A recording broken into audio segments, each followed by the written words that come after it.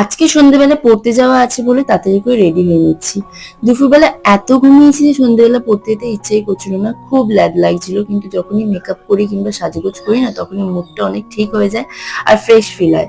তাড়াতাড়ি করে রেডি হয়ে ব্যাগটা গুছিয়ে নিয়ে জলের বোতলটা ভরে নিয়েছি। আর রেডি হতে হতে ঘরটা এতটাই অগোছালো করে ফেলেছিলাম, তাই ঘর গুছিয়ে নিয়ে ব্যাগ নিয়ে বেরিয়ে পড়লাম স্যারের বাড়ির উদ্দেশ্যে।